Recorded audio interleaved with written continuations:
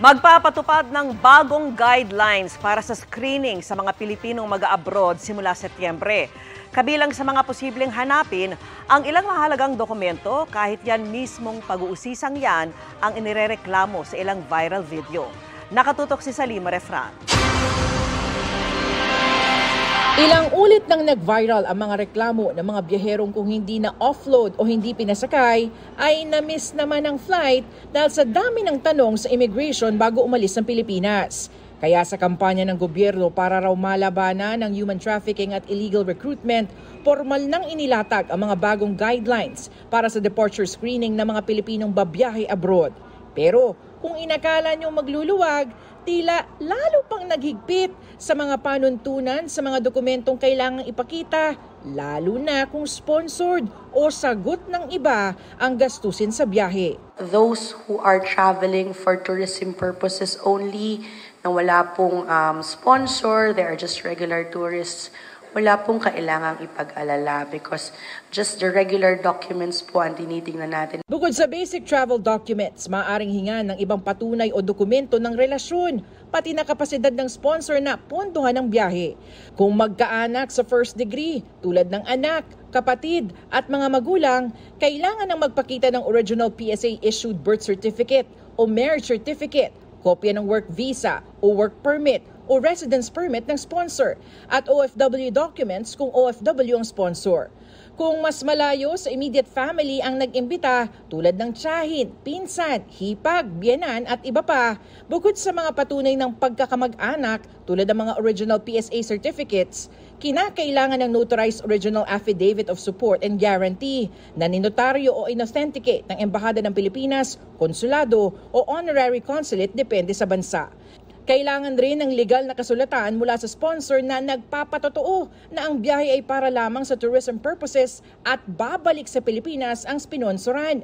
Kasama sa kasulatan na ang kabiguan na masunod ito ay maaaring makaapekto sa mga biyahe ng pasahero sa hinaharap, pati na ang kapasidad ng nag-sponsor na magkumbida. Pero paano halimbawa yung mga inimbitahan naman ng kasintahang banyaga? May karagdagang requirement daw para dyan.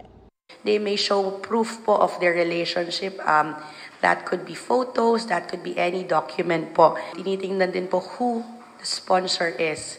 Hindi lang po yung relationship nila, but who the sponsor is upang malaman if this is a legal person and kung nag-sponsor na ba siya ng ibang tao before, yung address, contact information nung sponsor na yon for the Philippine government to be able to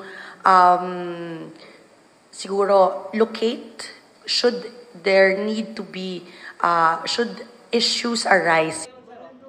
Naglatag rin ng requirements para sa mga pagbiyahe ng mga OFW, mga menor de edad, mga mag-aaral abroad, volunteer workers, mga pupunta sa Hajj at iba pa. Pero sa dami ng hahanaping requirement, hindi ba ito masyadong stricto at nalalabag na ang karapatan na bumiyahe? The reason for instituting revised guidelines is a matter of national security. So we pass these guidelines in the hope that we protect our fellow citizens from the perils of human trafficking. This, as I said, is not a curtailment of the right to travel, but really it's an enforcement of policy. Sa primary screening, pwedeng i-clear o i-defer agad ng immigration officer ang biyahero. Pero kailangan niyang ipaliwanag ang dahilan para dito. May 15 minuto naman ang immigration officer na gawin ang secondary screening. Pero hindi ba nito patatagalin pa ang napakahaba ng pila sa immigration? It will only take a matter of 45 seconds to scan and to validate all the documents. The process will still be limited to 45 seconds. Pero at least alam na po ng mga kababayan natin kung ano dadalhin nila. Sari-sari ang opinyon ng mga pasaherong nakausap namin. Kasi ako hindi ko alam. Ano na lang po nila ituloy para hindi mapahamak. Epektibo ang revised guidelines sa unang linggo ng Setyembre.